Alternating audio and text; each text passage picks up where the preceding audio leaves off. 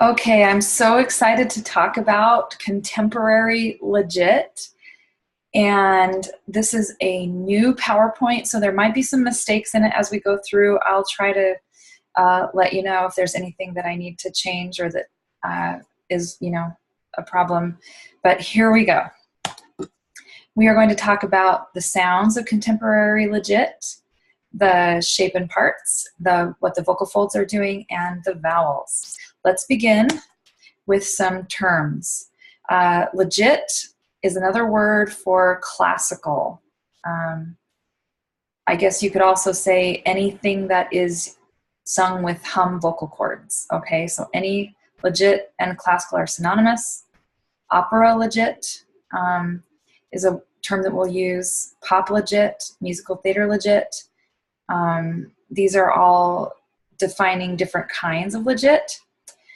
For the purposes of what we're doing today, we're anything that isn't opera, I'm going to call contemporary legit. So under the category of contemporary legit, if I don't specify, will be pop legit, musical theater legit, soul legit, mix legit, and any other legit label for contemporary. Now just really briefly, pop legit is going to be your lighter hum chord singing, usually in a pop song, but also very frequently found in contemporary musical theater. Just the light,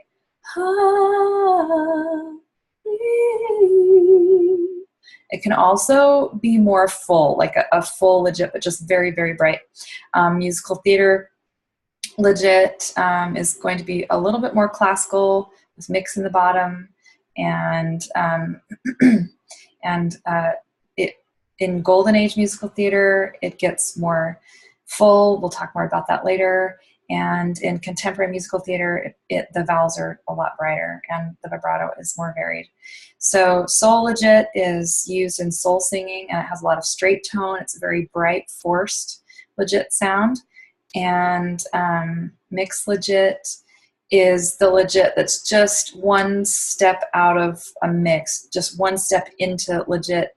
So you're still using very, very bright vowels. You can almost not even tell it apart from a legit, or excuse me, from a mix.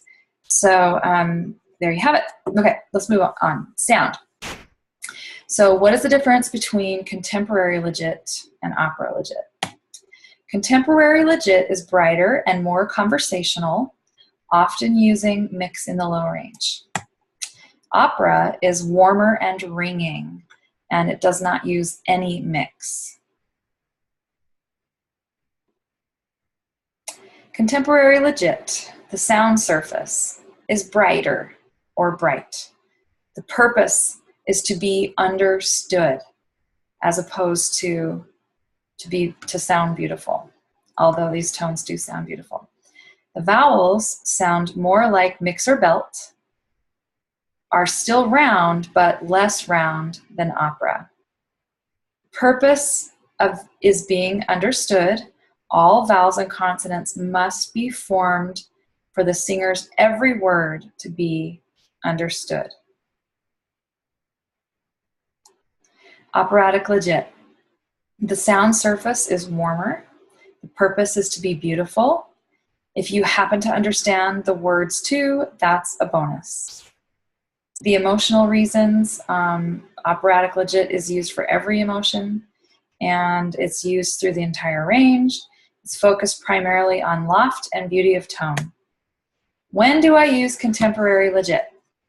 Contemporary legit is used for the beautiful emotional expressions, warmth, love, contemplative, peaceful inner thought, beauty.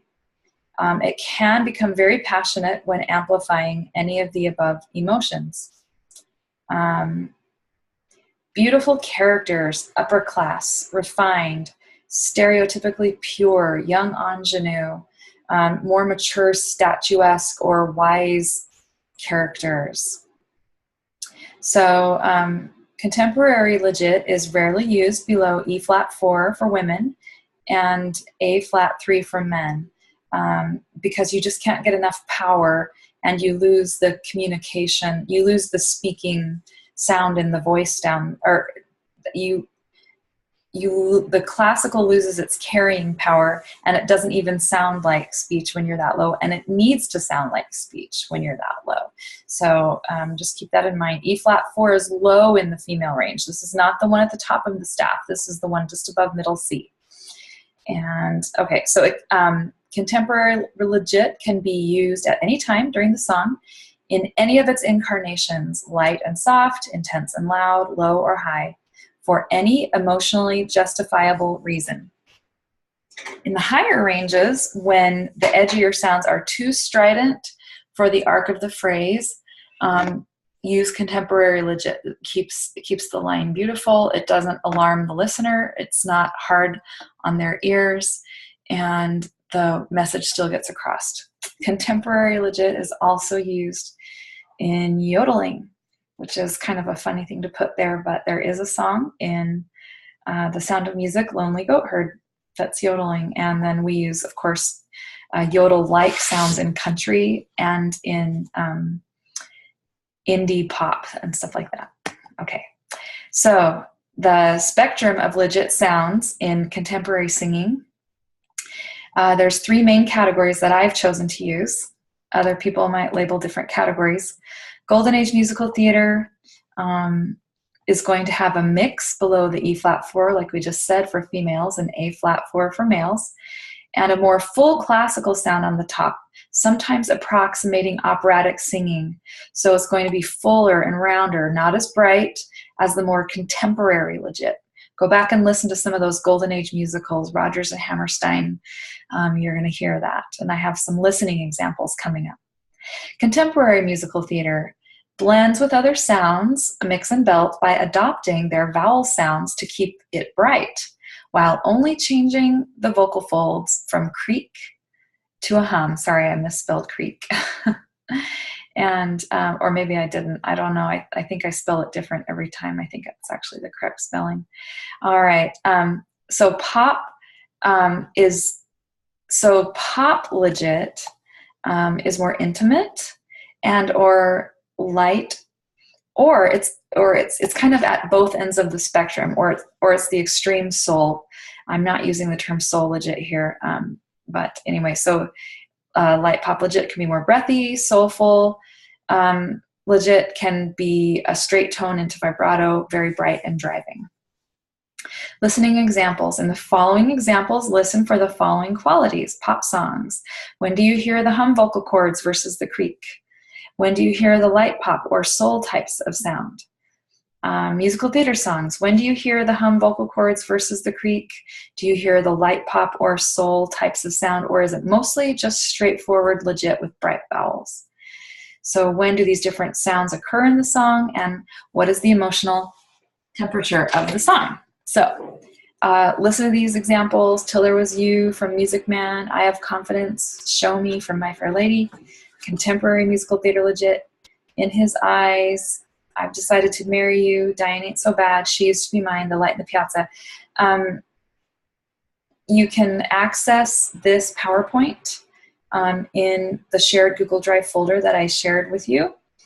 And then you can click on these links and, excuse me,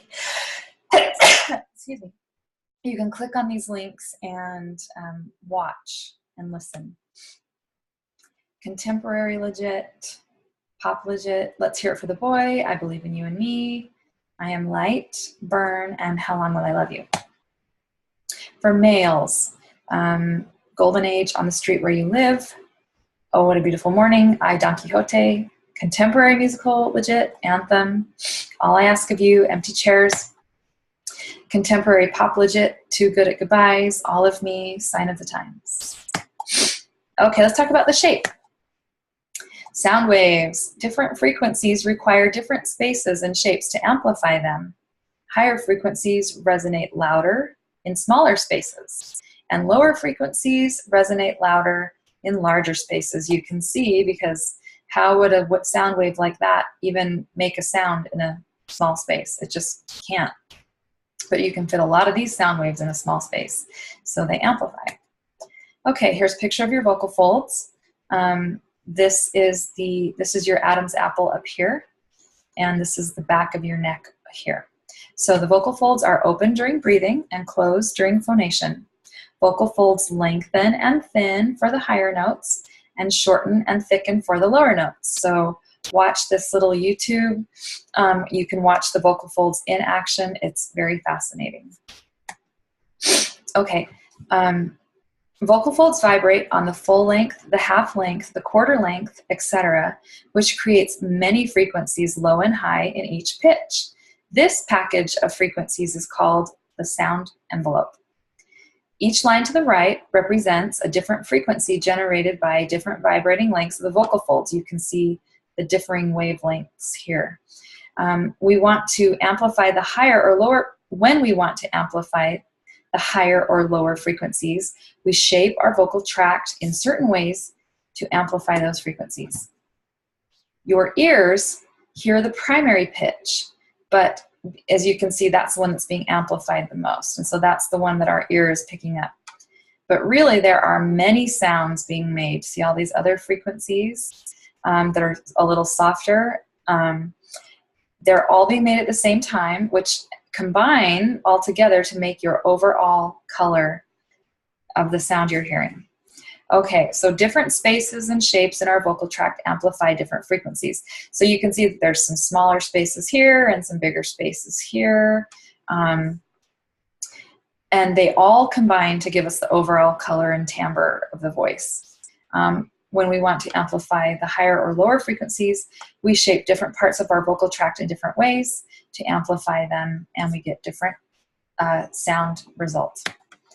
Okay, vowel shapes create different types of space and amplify different formants. In other words, they're picking up different frequencies. So we must tune our space so that it amplifies what we want amplified. So here's just the vowels, and you can see where the tongue is and how that changes the shape in relation to the hard palate and soft palate in the back of the throat. Now, don't get too hung up on these. Use these as a guide, but everything starts changing when we start doing contemporary singing, because the tongue just sits higher in general, and all of the vowels are shaped off of a higher tongue in general.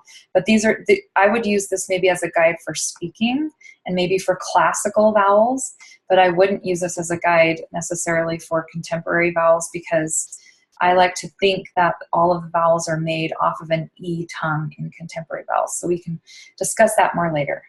But use these so you understand. Length and diameter. Overall tube length and diameter combined with the types of sound waves being sent from the vocal folds.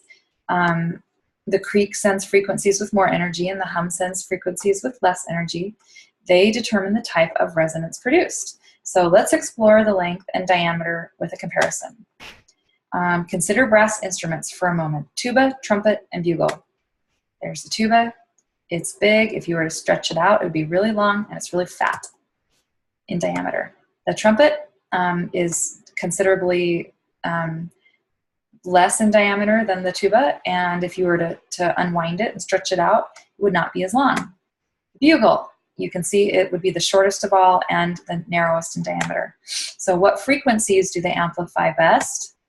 Well, the tuba amplifies low frequencies because of its longer length, and its wider diameter. The trumpet amplifies middle frequencies better because of its medium length and medium diameter. And a bugle amplifies high frequencies because of its shorter length and more narrow diameter. So your vocal instrument is like a brass instrument. It has a mouthpiece, so it would be here, the vocal folds, and it has a bell, and so this would be the lips. It is a tube, as you can see here. It's a bent tube. Only we can make ours longer or shorter, wider or more narrow. So we are many instruments all in one. So a very loose comparison here would be to align different resonant types with the different types of instruments, such as we could, generally consider classical is like the tuba. Classical takes a longer tube and a larger diameter to resonate it appropriately for the sound we desired. Mixed is like the trumpet. It's in the middle. It's less long and less round than classical, but it's still not as short as belt, and it's still not as tiny as belt in diameter. So belt is like the bugle. It has the shortest tube length and the least diameter. So contemporary legit. Legit primarily amplifies the fundamental frequency or first harmonic of the sound, as well as the second and third. But what gives legit, more specifically opera legit, its carrying power is the clustering of the fourth, fifth, and sixth form frequencies. These coupled together amplify the voice and allow it to carry over an orchestra. So this coupling occurs when there is a ratio of 1:3 space between the laryngopharynx, which is the distance between the top of the vocal folds and the epiglottis, and the oropharynx, which is the distance between the top of the epiglottis and the back molars of the vocal tract. So if that ratio is 1:3, then you get the singer's formant, and it's like sticking a microphone down your throat. This is why opera singers can project insanely loud. It's amazing. And you can also get that even in your contemporary legit voice, but sometimes we're manipulating the backspace a little more to make the sound brighter. So you have to really work at it. Okay, so this can occur in musical theater legit, but the singer needs to be careful to make the brightness come from the vowel shape in the buccopharynx, which is from the molars to the tip of the lips, the front of the mouth or front room, and not through constricting the oropharynx back room or tongue retraction. The back room must maintain the open space. So I know this may not make sense to you the first time through listening, but as we talk about it in lessons and as you come back and look at this PowerPoint, this will begin to make sense to you. So I'm giving you the information here. Hopefully I'm not overwhelming you too much, but stay with me. We'll get back to some more simple things, but you guys are smart and you can figure this out. So, but here's just an introduction to these concepts. Don't worry if you don't understand it right away. Okay, so tube length. So changes in tube length are affected from either end of the tube. The larynx can lift or release, and the lips can peel back or pull forward. So depending on the pitch and vowel, in legit, the lips pull forward, specifically the corners of the mouth pull forward in a bit of a pout.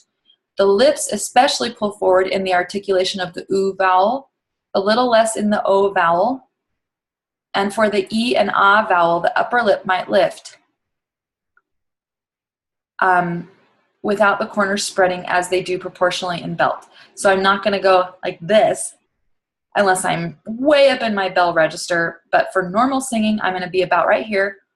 My corners are slightly forward in general, but not pulled way out to the side or pulled way forward unless I'm doing an oo. Ooh.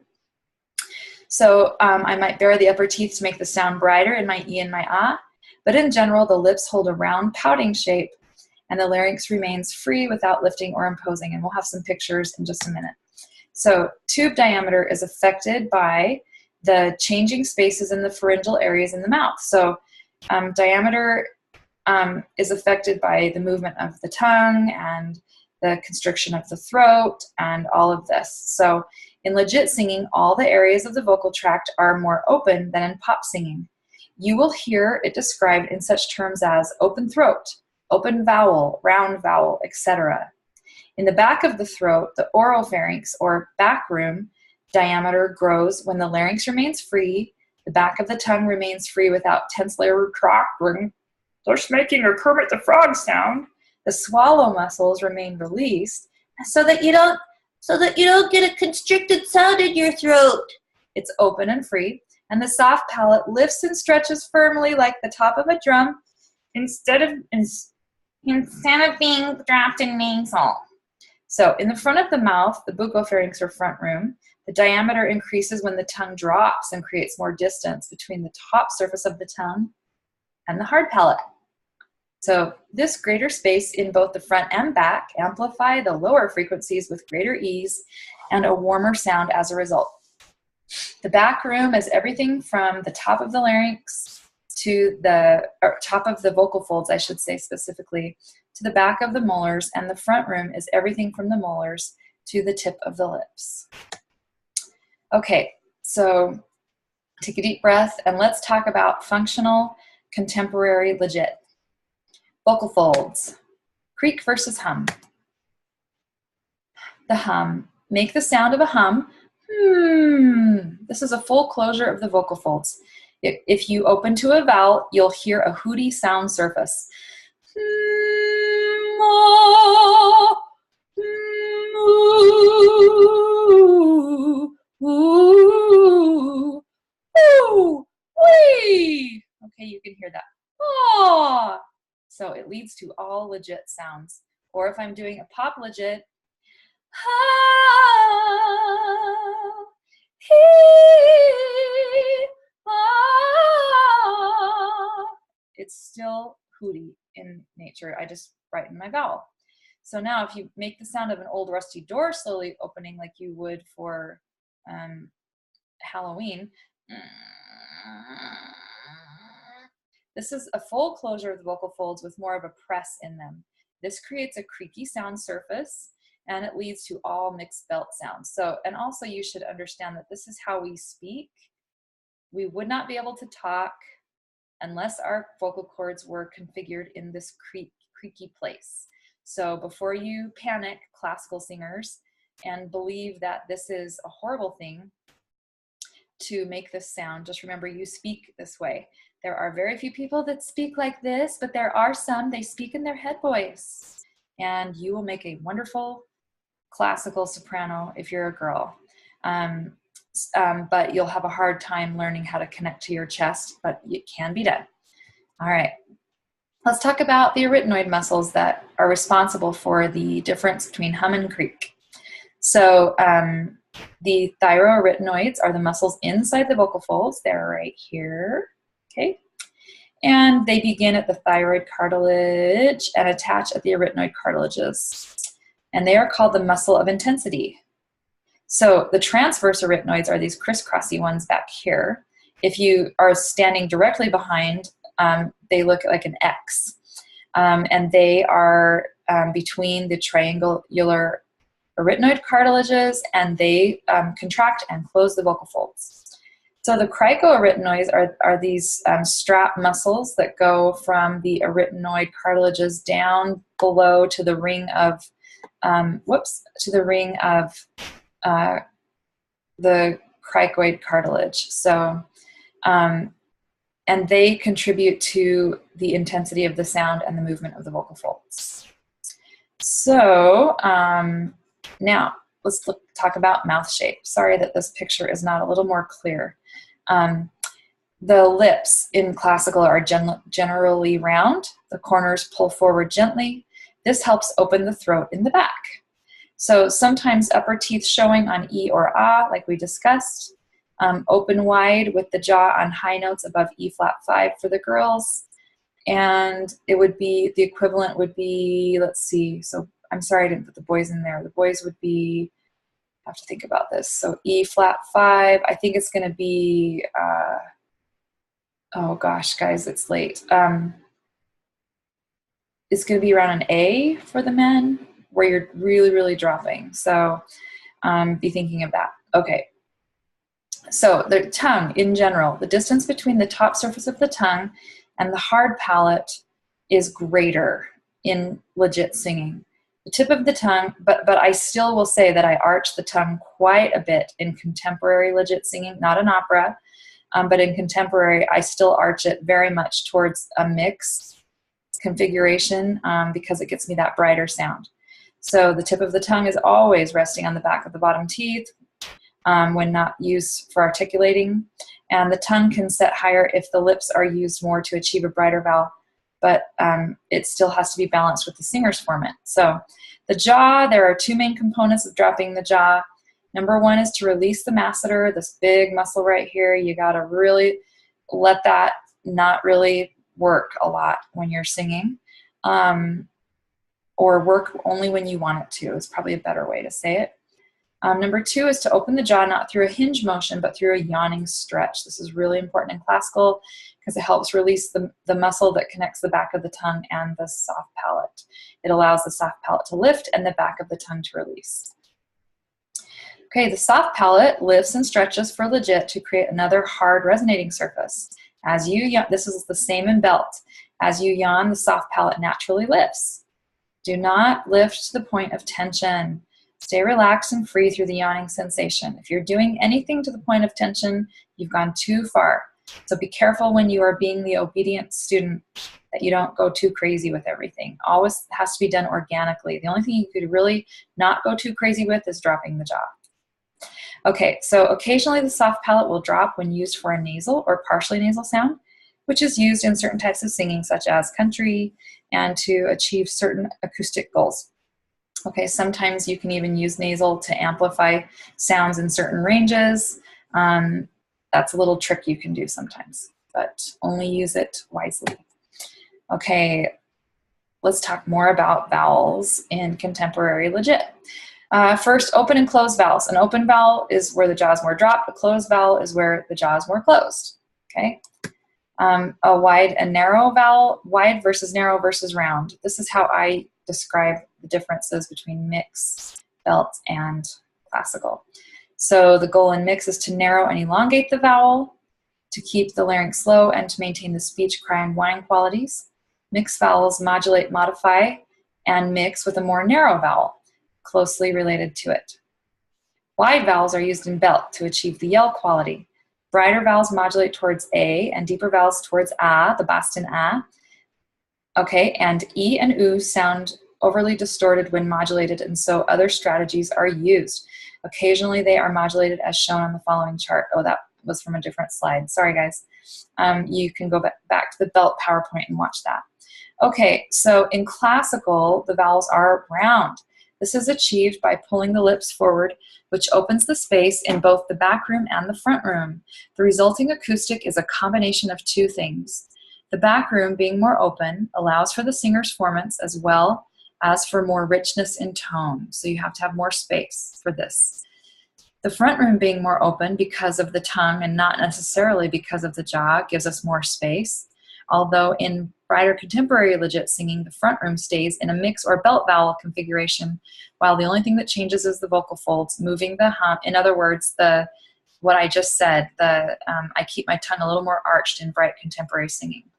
So you can manipulate the position of the tongue, lips, and jaw to brighten the vowel and make it sound more pop, but you will also need to increase the air a bit from mix or belt.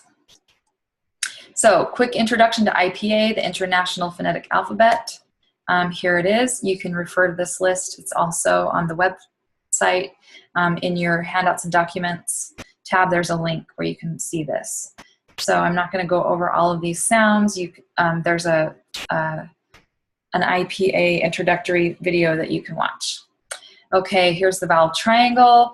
Here's our primary vowels. We have E, A, O, and U.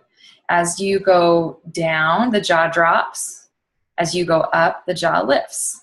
As you go across the vowel triangle, you'll feel the tongue moving from really arched in the front to being more in the back, arched in the back, okay? Again, this sort of disappears when you're trying to make brighter vowels in general.